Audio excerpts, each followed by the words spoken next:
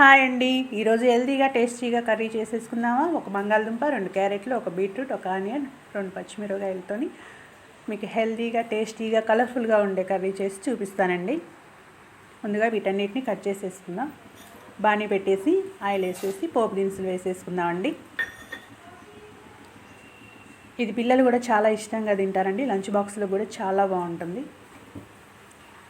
విడివిడిగా beetroot, carrot పెడితే పిల్లలు తొందరగా ఇష్టపడరు కదండి. దీన్ని బంగాళదుంపతో మిక్స్ చేసి ఇలా కర్రీ చేసి పెట్టామనుకోండి, వాళ్ళు కూడా చాలా ఇష్టంగా తినేస్తారు. ఓకే అండి, తాలింపు వేగిపోయింది. ఇప్పుడు ఇందులో బీట్రూట్, క్యారెట్, బంగాళదుంప ముక్కల్ని వేసేసుకుందామండి.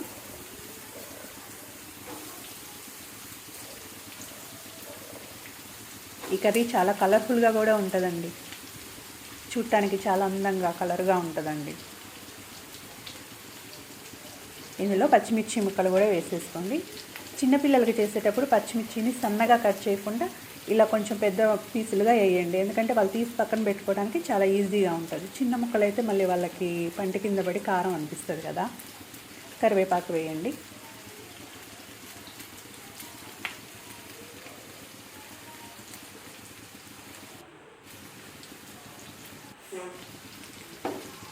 ఓకే అండి, వీటన్నిటిని బాగా కలిపేసి కొంచెం మీడియం ఫ్లేమ్లో పెట్టేసుకొని మూత పెట్టేసుకొని మగ్గనివ్వండి.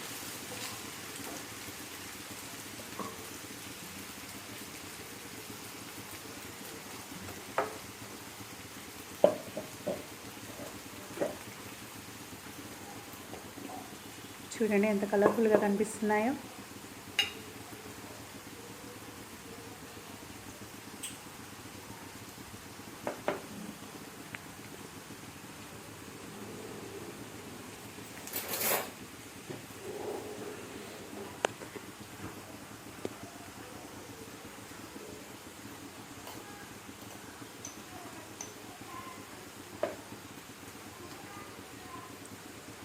కొంచెం పసుపు వేయండి.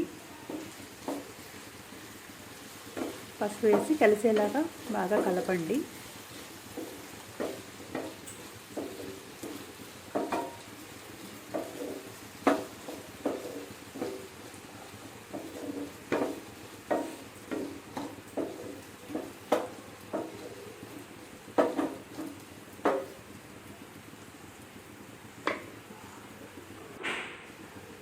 కలిపేసాం కదా, ఇప్పుడు మూత పెట్టి మగ్గనిద్దాం.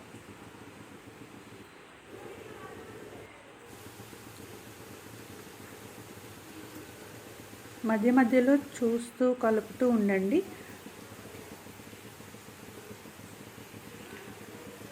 మగ్గిపోయాయండి. ఇప్పుడు ఇంట్లో తగినంత ఉప్పు వేసేద్దాం. తగినంత కారం, ఉప్పు కారం వేసేసి బాగా కలిపేయండి కలిసేలాగా.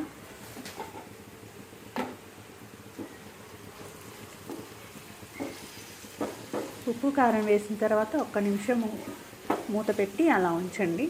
ఎక్కువసేపు అవసరం లేదు, జస్ట్ ఒక 1 మినిట్ అంతే.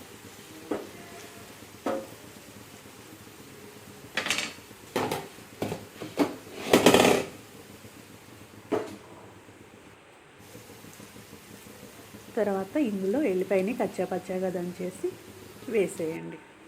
అంతేనండి, క్యారెట్, బీట్రూట్, బంగాళదుంప కూర రెడీ అయిపోయింది. వేరే బౌల్లో తీసేసుకుందాం. రెడీ.